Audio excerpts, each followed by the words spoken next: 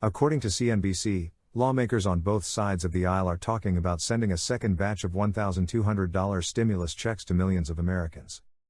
And now President Donald Trump is upping the ante, calling for the government to cut checks for more than that $1,200 figure. "I'd like to see it be very high because I love the people," Trump said Wednesday. "I want the people to get it." The president did not elaborate on how much higher he wanted the checks to be. Trump's comments come after Senate Republicans introduced the HEALS Act earlier this week, their targeted $1 trillion plan for shoring up the U.S. economy. House Democrats in May passed their own bill, the HEROES Act, which would cost about $3 trillion. Both parties are now working to come to a consensus on issues where they are divided, particularly unemployment insurance. The extra $600 per week in federal unemployment benefits expires this month. Lawmakers are at odds over how much extra help they want to provide to jobless Americans going forward. The second stimulus checks would include up to $1,200 for individuals or $2,400 per married couple, plus $500 for dependents, according to the Republicans' HEALS Act. This time, however, the definition of dependents would be expanded to include adults. Last time, those payments were limited to children under age 17. Both sides of the aisle apparently have come closer to an agreement on the second stimulus checks. Both bills call for sending up to $1,200 to individuals under similar terms to the first checks in their legislative proposals.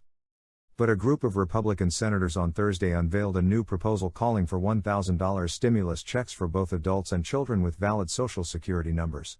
A family of four would stand to receive $4,000. The government appropriated a total of approximately $300 billion toward the CARES Act stimulus checks. So far, the government has deployed about $260 billion of that money, the Treasury Department has said. "If you increase the value of the checks, it would certainly increase the total cost," said Adam Michel, senior policy analyst at the Heritage Foundation, a conservative think tank.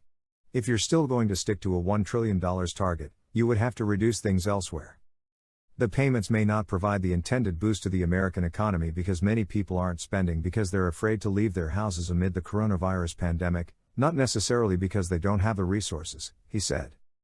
This idea that these checks have been termed stimulus checks doesn't mean that they're actually stimulative in any way, Michel said. Chuck Marr, senior director of federal tax policy at the Center on Budget and Policy Priorities, a nonpartisan think tank, said he thinks Trump's comments are perplexing in light of the proposals from both Democrats and Republicans.